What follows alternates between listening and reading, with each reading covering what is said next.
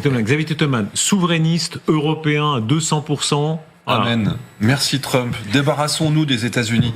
Faisons une armée européenne structurée, un OTAN d'Europe, c'est-à-dire pas fusionner les armées européennes, avoir une accumulation de forces et arrêtons d'acheter des F-35 parce que le Danemark et le Canada, ils ont acheté des avions de chasse que les États-Unis peuvent désactiver à distance demain.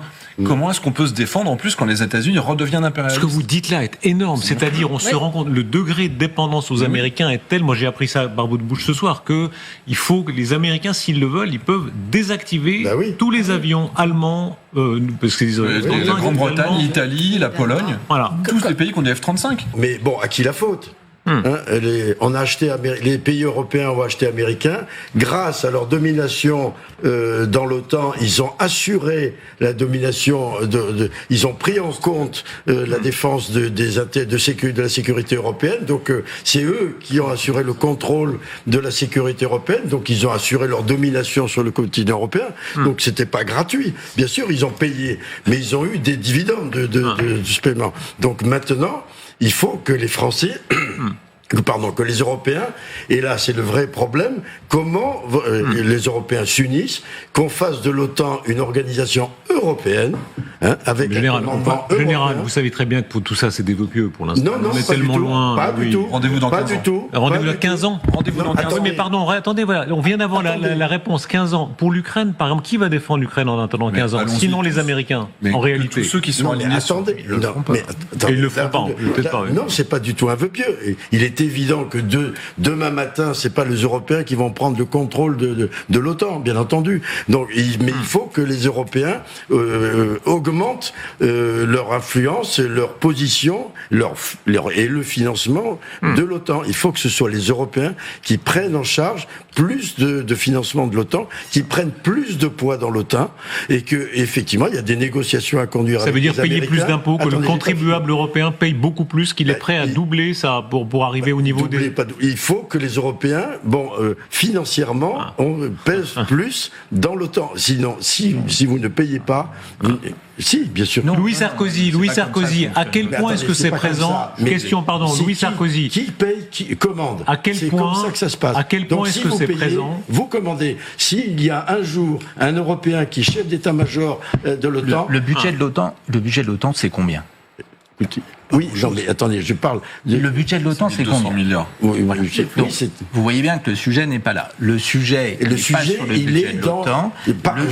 Excusez-moi, j'ai passé 36 ans dans l'armée, je sais ce que c'est que les capacités de l'OTAN. Les capacités de l'OTAN, ce sont des capacités américaines. Donc, tant que les Européens n'auront pas investi, pour acquérir leurs propres capacités, on ne pourra pas peser dans l'OTAN. Et augmenter les capacités, c'est une question de financement. Alors, quand il s'agit, c'est pas forcément de financer l'administration et le quartier général de l'OTAN, c'est aussi augmenter les capacités militaires des pays européens, avoir des commandements coordonnés, mais qui existent déjà dans l'OTAN. On n'a pas à bâtir des commandements européens, puisque les procédures, les normes sont européennes, sont otaniennes. L'armée européenne, elle existe, sauf que les moyens sont américains, sauf que l'argent est américain. Est-ce que Louis Sarkozy, ce débat est présent aux États-Unis chez les Américains ? Tout à l'heure sur notre antenne, il y avait l'économiste Christian Saint-Etienne qui disait le Français, par exemple, les Français travaillent en heures complètes travaillées dans leur vie 20% de moins. Ça paraît colossal. 20% que les Américains. Est-ce que ça peut être payant pour Donald Trump de taper sur ce clou-là ? Les Européens ne payent pas assez, ne travaillent pas assez. C'est payant pour les Européens, vous voulez dire ? Oui, parce que moi je rejoins totalement la majorité de votre plateau.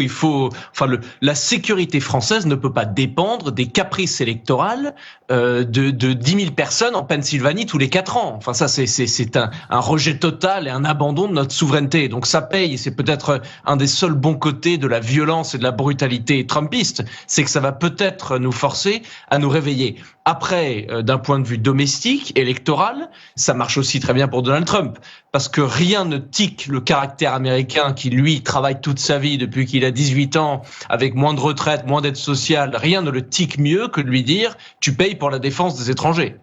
Alors si on lui promet qu'on va réduire ces paiements-là et qu'on va forcer les autres à payer enfin pour leur propre addition, là c'est sûr que ça marche domestiquement. Après, Donald Trump a déjà été élu 2 fois, donc ces considérations, même si la bataille culturelle est encore en cours, sont moins importantes aujourd'hui. Je pense aussi que fondamentalement, c'est quelque chose que Donald Trump croit. Personnellement, je vois pas toujours le calcul, il y a aussi l'homme, il pense que c'est injuste. Qu'on paye, que les États-Unis payent trop pour la défense européenne, alors que les Européens, ce système social est très généreux, etc., et que ça fait 70 ans qu'on bénéficie du parapluie sécuritaire américain. Aujourd'hui, moi, je suis convaincu que ça va quasiment se finir, et ça redouble l'importance de la déclaration de Monsieur Titelman. C'est fini, ça. Les États-Unis sont un pays profondément isolationniste depuis le début de leur histoire. La parenthèse internationaliste depuis 1945 va se refermer. Donald Trump n'en est que l'itération la plus violente et la plus récente. Et je pense qu'il faut absolument utiliser ce réveil pour reconstruire une dissuasion sécuritaire et militaire nous-mêmes.